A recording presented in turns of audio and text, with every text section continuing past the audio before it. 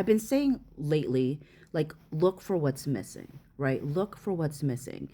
And so it was interesting. Let's look at something that Blake Lively said in her second amended complaint. First and foremost, let me just say that Blake Lively has not put dates on all of her allegations, like in regards to sexual harassment. The only ones that she has any dates for was like two things. Everything else you kind of have to depend on Wayfarer's timeline because she refused to provide dates.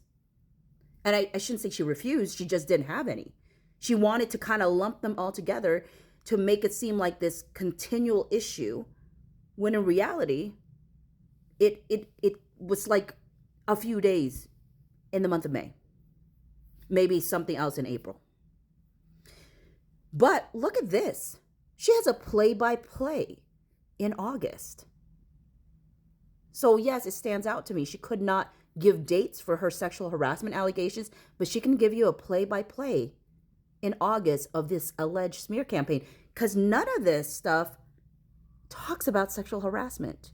Let's look at August 12th, the famous day where Blake Lively and Ryan Reynolds gives Wayfarer something to read that they refuse to read. And it said on August 12, 2024, a female cast member texted Miss Lively concerned about online commentary and asked what could be done to stop all the negative comments. Well, I guess Blake Lively and Ryan Reynolds thought the way to do it, instead of like addressing it and taking personal responsibility for our own actions, is to make Wayfarer take responsibility for Blake Lively and Ryan Reynolds' actions. All right, then on August 13, 2024, another female cast member sent Miss Lively an article reporting that Justin Baldoni has hired veteran PR crisis manager Melissa Nathan amid the release of It Ends With Us. Miss Lively's response was, "Yeah, the truth always comes out, as painful as it is to wait." Interesting, Blake. How did all those, TikTok or content creators have such close language to yours? And they were getting DMs by August 7 and 8. And it's always interesting, like Jenna said, that she sent all this information out to the news outlets and it was taking them so long. So long. I think you knew you put out defaming statements about Justin Baldoni, and you were irritated that despite going into content creators' DMs and even getting to convince one person to go to the news media and try to make this a thing, that Melissa Nathan was able to make them stand down. And you made that seem like, oh, they're trying to hide something. But in reality, they were dealing with a lie. And they were dealing with someone trying to defame their client. And so there's a little bit of frustration in you, isn't there, Blake? That you say the truth always comes out, as painful as it is to wait. You know what is painful for me to wait for? You delaying us seeing your text messages. You delaying the unsealing. It is painful to wait for the truth to come out, Blake. But we're only waiting because you won't let us see it right now. On August 14, 2024, the same cast member texted Miss Lively to ask about her well-being and to express her concern and respect for Miss Lively. Later, that cast member expressed regret at what Miss Lively was going through. Okay? She was expressing regret for what she was going through, not what she went through. So again, this is about the alleged smear campaign. This has nothing to do with the sexual harassment. There's nothing in here that talks about sexual harassment. This all revolves around the alleged smear campaign. On August 15, 2024, another female cast member wrote to Miss Lively about the online bullying that cast member also was receiving as a result of being associated with Miss Lively, and asking Miss Lively who to ask for help to have it stop because it was becoming difficult to cope with the onslaught. The next day, Miss Lively commented in a text message to the cast member that is BS about all of us. No, it's not, Blake. They weren't talking about all of you. They were talking about you. Maybe Colleen as well. But definitely you. You always trying to drag people into your net saying it's about... No, it's about you. Just own it with your... just own it. Stop dragging other people into your mess We know who we are. It's why it hurts so much, because we feel. Do you? And I know you do. I'm just saying, like, you feel for yourself. You don't feel for other people. You feel for yourself.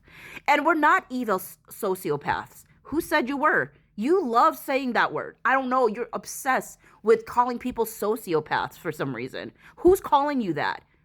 Is that just a little bit more projection? To which the cast member responded in agreement. On August 18, 2024, Miss Lively observed that the online hatred and targeted against her was incessant and getting worse. She continued, everyone's sort of in shock and no one wants to be the first to hit it head on, so it just gets worse. Miss Lively noted that at this point she was staying off of social media given how ugly it had become, which was a smart decision on her part, so props. As this onslaught continued, Miss Lively was deeply disappointed that neither Wayfair nor Sony had stepped in to correct the record. Correct what record, Blake? Correct what record exactly? On September 4, 2024, she received a text from a Sony executive checking in on her and asking how she was doing. And Miss Lively responded, I'm not in a good place. This has been deeply painful and I feel so hung out to dry from production to this PR crisis. No one stepped forward. I wish so much that I was okay, but I'm really not. That executive said, I know it's been hard and horrendously unfair, and I hope soon you can better take in the incredible film you made that audiences love around the world. It's so rare this happens, and you did that. You also will have $330 million worth of eyeballs watching a film about domestic violence. That is so important and affected so many lives for the better. That's because of you. Do you notice what's missing? In the consolation of this executive, never once does this person say, oh my word, Blake, it is unfair. All of these people like saying these awful things about you when we know that you were sexually harassed on that work set or no acknowledgement of her sexual harassment. That's my point. I don't care how the person would have said it.